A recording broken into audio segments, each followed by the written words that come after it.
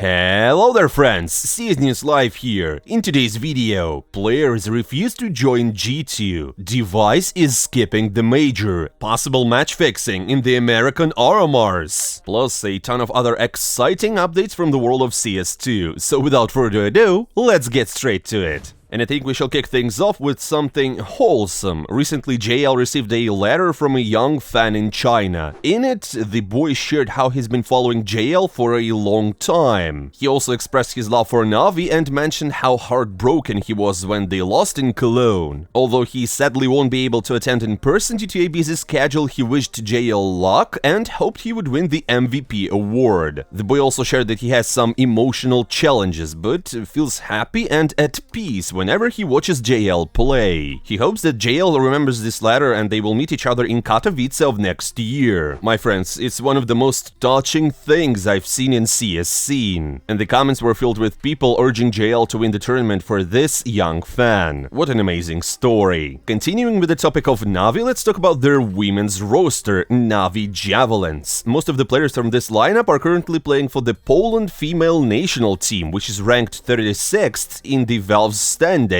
However, this Poland female national team was formed specifically for a single tournament and hasn't really shown results elsewhere, so Thorin pointed out that it would make some sense to rank them as Na'Vi Javelins instead. He didn't hold back, stating that Valve seemingly doesn't understand esports. Don't forget to discuss Thorin's takes in the comments below. Guys, as you know, Thorin posts a lot of his stuff on Twitter, and instead of following him, just go and follow us. The link is in the description. It's your best way to stay up to date with all the breaking CS2 news. Another analyst and commentator took to Twitter to share his thoughts on the new train. And here you might agree with him. So Harry says that the map is currently in the alpha version. He stated that in 6 months, the map will look completely different, from the crate in PubDoc to collision mechanics. He also reminded us of the changes made to Nuke in the past, such as the removal of the pathway from Silo to Heaven. Train has already undergone significant transformations, and the bomb sites are drastically different from what they used to be. Guys, what do you think? Will Valve keep tweaking the map, or will they leave it as it is? Share your thoughts in the comments below, and also don't forget to hit the like button right now and follow our channel. Speaking of Train, Vitality's captain also shared his thoughts on the new map. Apex revealed that the team plans to include this one in their pool once it's released in its updated form. It's worth noting that Vitality has rarely played Train in the past, which is surprising considering ZywOo's stellar performances on this map, boasting a 1.39 rating across 39 matches. Despite this, the French roster consistently avoided playing Train. Similarly, when Ancient was introduced as a new map, they also chose to skip it. But now it seems that they're ready to try Train. The big question is, what strategies will they bring, and will they deliver tier 1 results on this map? Because honestly, we really want to see Vitality back among the top. Speaking of the French organization, we have to mention the recent news. Spinx is highly likely to leave the team in 2025. KRL, the insider, one of the best sources about Vitality, reported that both the player and the organization have agreed to part ways, and Spinx is already considering offers from other teams. During his time with Vitality, Spinx achieved incredible success, winning the Blast Major Paris, IM Rio, IM Cologne, Gamers 8, EPL Season 16, Blast Fall Finals, and Blast World Finals. Where Spinx will go after Vitality remains a mystery. Interestingly, Yimphat was considered as a potential replacement, but reportedly turned down the offer from Vitality. Guys, what do you think about this move? Who would be a good fit for Vitality, and where should Spinx land next? Let us know in the comments below. But there are also great news for Vitality fans, because Flames decided to extend his contract with the club for 3 more years, until December 31st of 2027, as officially announced by Vitality themselves. It's really awesome that Flames will stay with Vitality, but here I want to underline one another small and tiny fun part. As KRL, the insider, reported again, Flames turned down the offer from from G2. He decided to stay with the French team despite being offered to play with m0NESY. And yeah, poor G2, because according to rumors, Yimp had also decided to turn down this team. As a reminder, G2 is currently searching for a new player because at the end of the year, Nico will be transferring to Falcons and they need a good shooter. The exact reason why players are avoiding G2 remains unclear, but it could be tied to rumors about m0NESY potentially leaving the roster as well. If it happens, G2 would lose their 2 star players, putting them in a very tough spot. But I guess with a lot of money. By the way, OG had some fun with the situation surrounding Yimp Hat, joking that they too sent the young player an offer, but he just hasn't checked his spam folder yet. Poor OG, oh poor OG. But well, my friends, the biggest news of the recent days come from Device. He announced that he will miss the upcoming major due to health issues. The Danish opera cited stress and lack of sleep as the primary reasons. According to Device, he hoped that returning to Denmark would help, but instead the stress and sleeplessness only built up, sometimes leading to muscle cramps, a racing heartbeat, and extreme fatigue. Nikolai admitted that the decision wasn't easy for him, as he didn't want to let his team and fans down. However, for the sake of his health, he decided to step back. He also stated that he plans to return at the start of the next season, in early 2025, but for now, he needs to rest. Device thanked Bro for stepping in as a replacement for the tournament, and he expressed gratitude to his teammates for supporting his decision. It's worth noting that this isn't the first time Device has taken a break due to health and mental issues. During his time with the Ninjas in Pyjamas, he also paused his career, partially due to a breakup with the girlfriend he had moved to Sweden for. Statistically, this marks the 5th consecutive major that Device will miss. The community's reaction to this news has been mixed. Many recalled Brovid, and this whole situation being just karma for Blast tournament where Cadian stepped in. Seized expressed disbelief, stating that he couldn't understand stress and lack of sleep as excuses, claiming he'd be willing to play in the season's biggest tournament even with a 40 degrees fever. Kassad countered this statement, explaining that these aren't just sleep issues but mental health struggles caused by stress, and when they arise, recovery becomes the only priority. But honestly guys, I think I now know why even Astralis signed Cadian, because he's the AWPer, he was the AWPer, and now he's the AWPer again. Like, did they know that Device was at risk? Was Cadian a backup plan? I don't know, I can't really believe it. Meanwhile, Maui Snake predicted that Astralis might fail to qualify for the major at all, and Simple shared an interesting story from his scrim against Astralis, where he couldn't understand why Cadian was playing Device's positions. However, many other players wished Nikolai a speedy recovery, as we all do. Get well soon, Device, we need you in 2025. But, well, the analysts have begun speculating about the potential end of Device's career. They argue if Device can no longer be relied upon as a stable player who won't leave the team at the last minute, it may be time for him to consider a different path.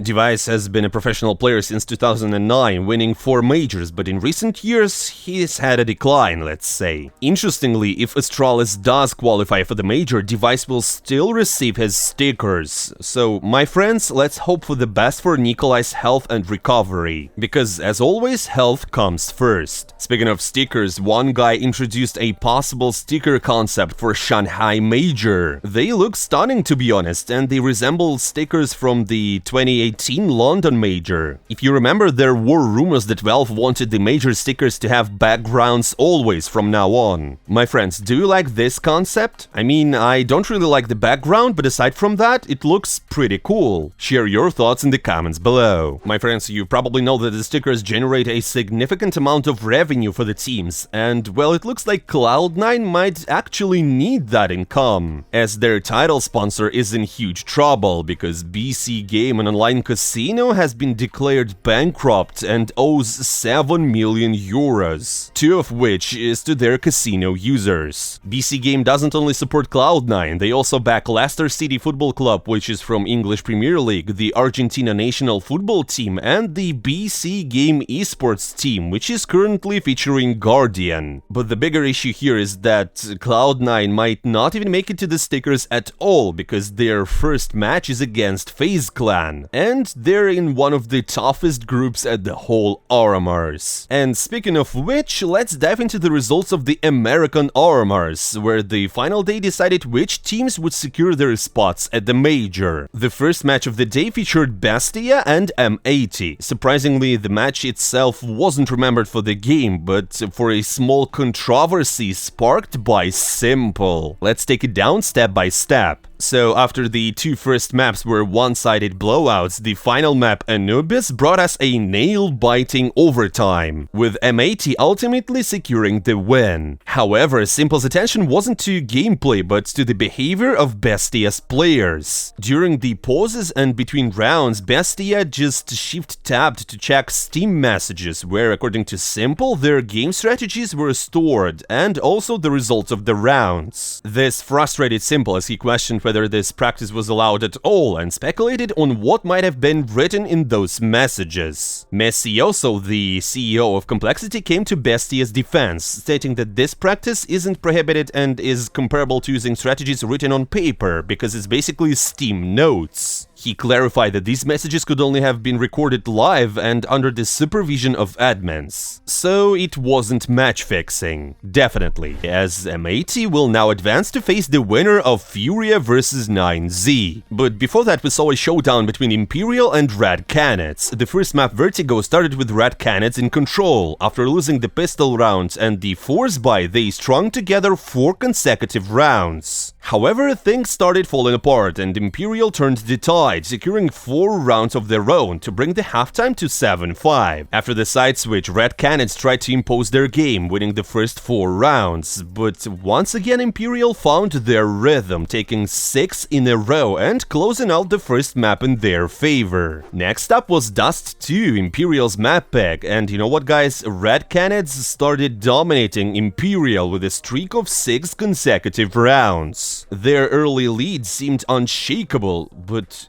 Imperial just answered back with 5 straight rounds of their own, narrowing the halftime to 7-5. The second half turned out to be back and forth, but Imperial managed to string together key rounds, pushing the game into overtimes. While it wasn't easy, Imperial finally did it in the OTs, securing their spot at the major. And I mean, the celebration? Popping champagne, of course. Meanwhile, Red Canids were eliminated from the tournament. Next up was FURIA vs 9Z, and the latter chose Anubis and started on T side. But things didn't go as planned. They struggled to establish early control, allowing FURIA to string together 4 consecutive rounds. While 9Z responded with a streak of their own, managing 3 rounds, the first half ended in a deadlock at 6-6. When FURIA switched to the T side, they completely dismantled 9Z, dominating with 6 consecutive rounds and ultimately securing the map in convincing fashion. The second map was Dust 2, FURIA's pick, and the Brazilian squad once again looked strong on the T side, but stumbled mid-half, giving up 4 rounds towards the end. This resulted in another even halftime of 6-6. In the second half, the game turned into back and forth again, and both teams were trading rounds. Someone needed to step up, and that's exactly what Fallen did, pulling off a spectacular op ace to reignite FURIA's momentum. With that play, FURIA closed out the map and secured the win. 9Z's journey ends here, but the decisive match for a major spot was between FURIA and M80. The showdown began on Anubis, M80's map pick. Expectations were high for the American squad on their favorite map, and they delivered, especially on the T side. They dominated early and got to 8-4. It should have been enough to close out FURIA, however, the Brazilians had other plans. Starting the T side, FURIA won the pistol round, followed by the force buy and then the full buy rounds. They continued to snowball. In total, they won 9 consecutive rounds on the attack, securing the map with a statement win. Next was Vertigo, FURIA's pick, and M80 started strong again, holding the line on the CT side. But once FURIA's economy stabilized, they repeatedly broke into the bomb sites, forcing the Americans to save round after round. This resulted into 7-5 in favor of the Brazilians. The second half was about FURIA's momentum again, as as they took the pistol round and the force buy. However, M80's Sin wasn't ready to go down quietly, pulling off an incredible 1v2 clutch in the dying seconds of a full buy round. This fired up M80, who won 3 rounds in a row and looked poised for a comeback. But FURIA rebuilt their economy and set up an impenetrable defense. M80 couldn't do anything about it, so FURIA took 4 consecutive rounds and closed out the map. With this win, FURIA secured the 7th spot at the major, while M80's journey came to an end. Nice try, guys, nice try. That's all for today, my friends. Thank you sincerely for watching. Don't forget to hit the like button and follow our channel. We've got the European RMRs ahead. So, as always, I'm not saying goodbye for a long time. See you soon.